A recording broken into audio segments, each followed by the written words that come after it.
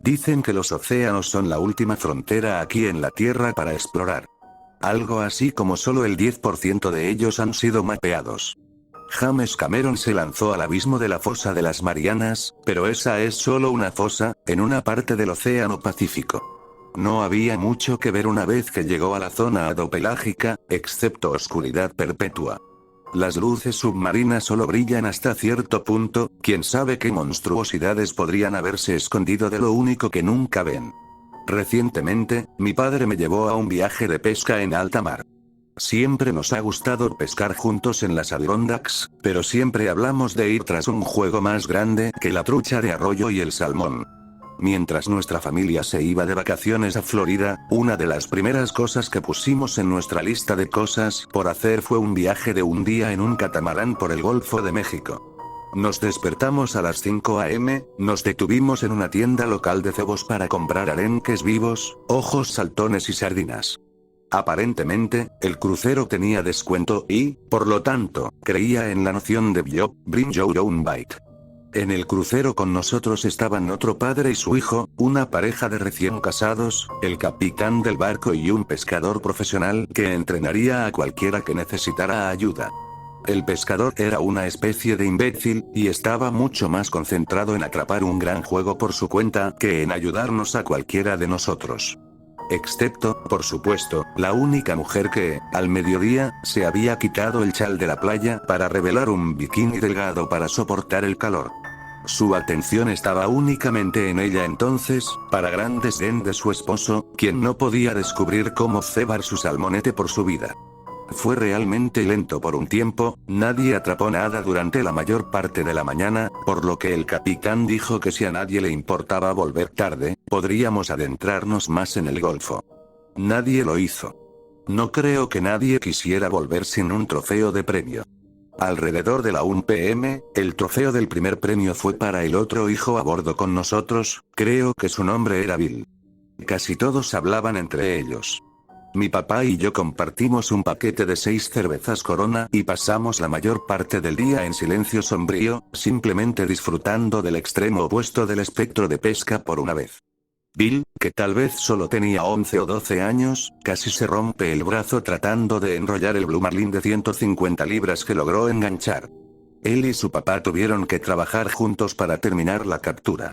Una vez fuera del agua, todos hicieron olla, mientras el pescador silbaba asombrado. Hombre, esa cosa era una belleza. Creo que inspiró a todos a seguir así un poco más. Aproximadamente una hora más tarde, mi papá y yo comenzamos a cambiar nuestro cebo y decidimos que, en comparación, los meros eran dóciles.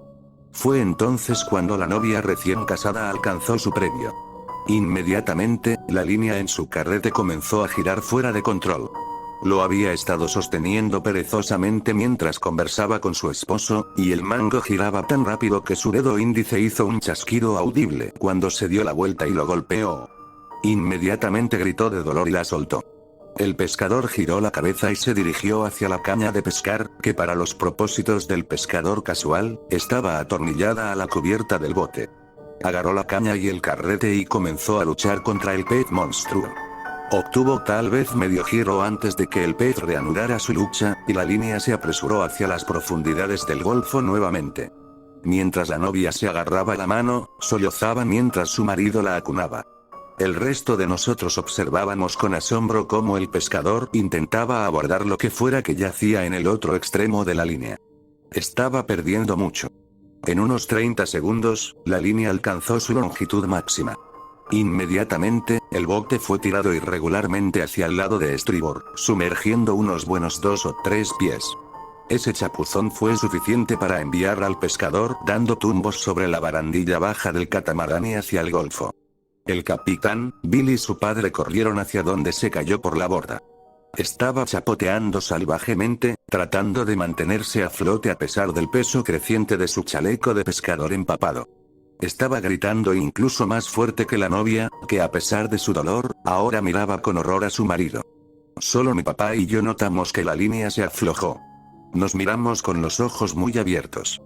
Antes de que el capitán pudiera regresar con el salvavidas, los gritos del pescador fueron repentinamente interrumpidos, reemplazados por un fuerte chapoteo, gorgoteos y finalmente silencio.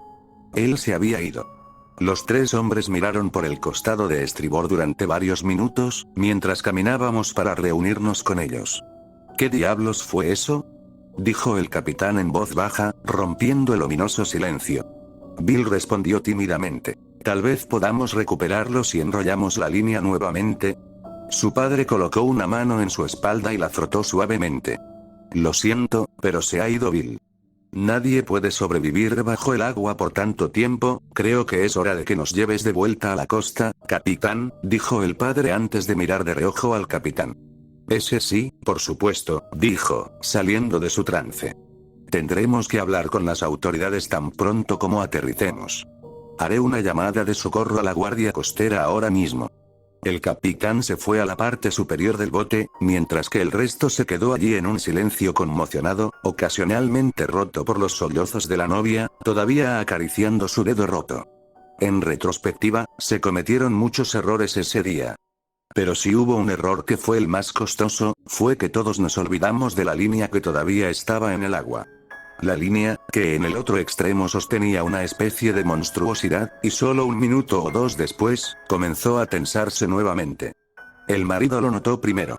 Sin embargo, luchó por encontrar su voz y solo pudo señalar temblorosamente la barra, mientras aún sostenía a su esposa.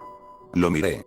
La línea se volvió a enseñar, pero en lugar de conducir lejos hacia el lado de estribor, era casi recta hacia abajo, en ángulo hacia el lado de babor del barco.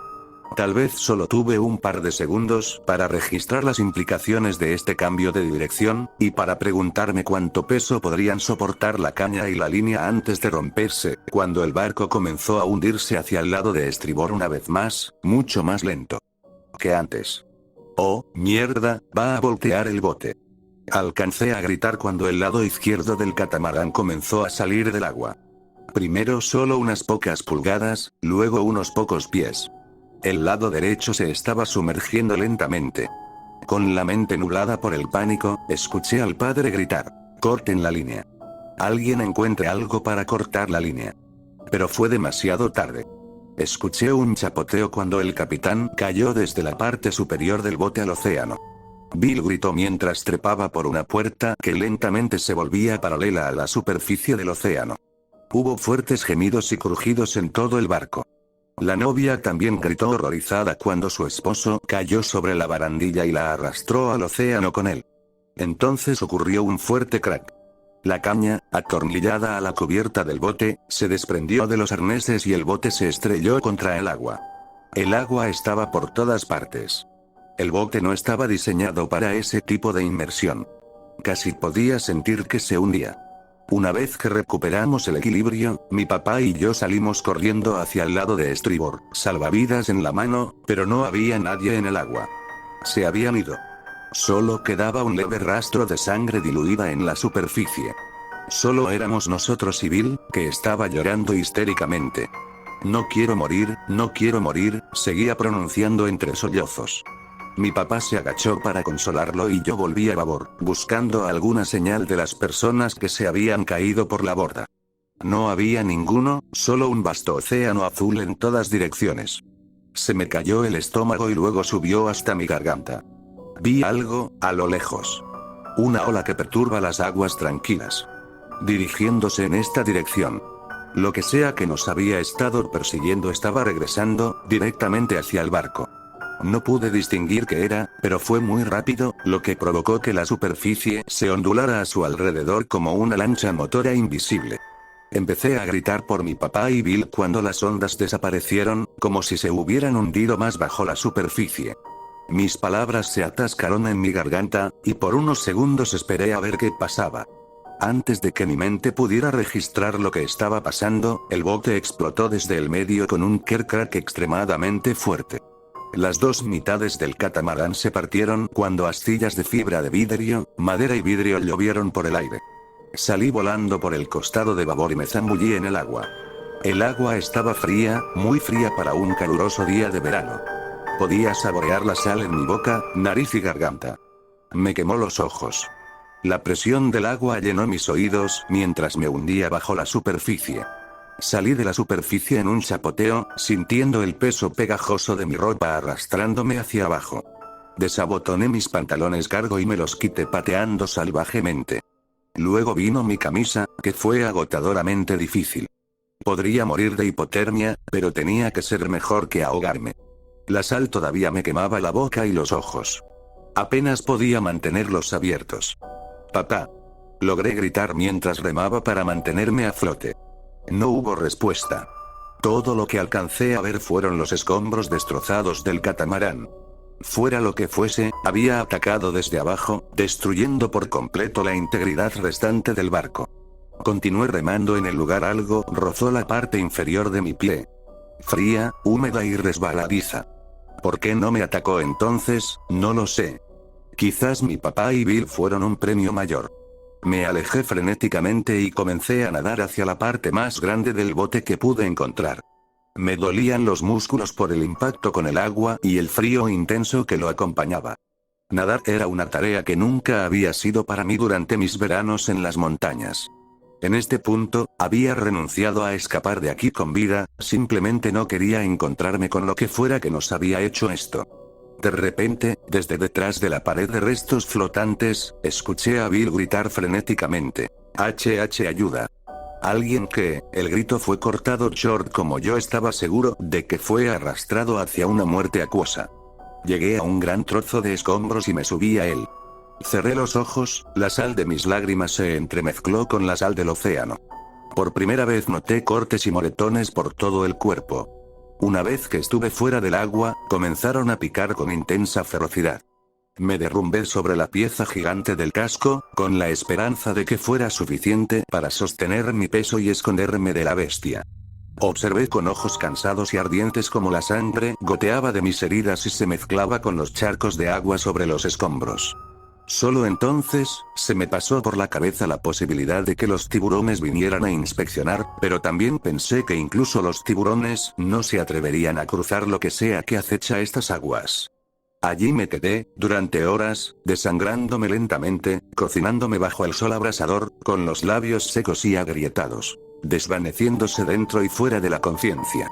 De vez en cuando, juro que escuché un chapoteo masivo y un crujido de la bestia tratando de encontrarme entre los escombros. Eventualmente, escuché el zumbido distante de los helicópteros. Traté de localizar la fuente en el azul infinito, pero estaba demasiado débil para hacer una verdadera búsqueda. Sin embargo, pronto, el zumbido estuvo casi encima de mí, y abrí los ojos para ver un helicóptero rojo y blanco dando vueltas sobre los restos. El guardacosta. Aparentemente, la señal de socorro que envió el capitán les llegó antes de que lo arrojaran por la borda. Mis labios secos se partieron y sangraron cuando mi boca dibujó una sonrisa, y dejé escapar un ataque de risa delirante, obsesionándome con su locura. Fui salvado.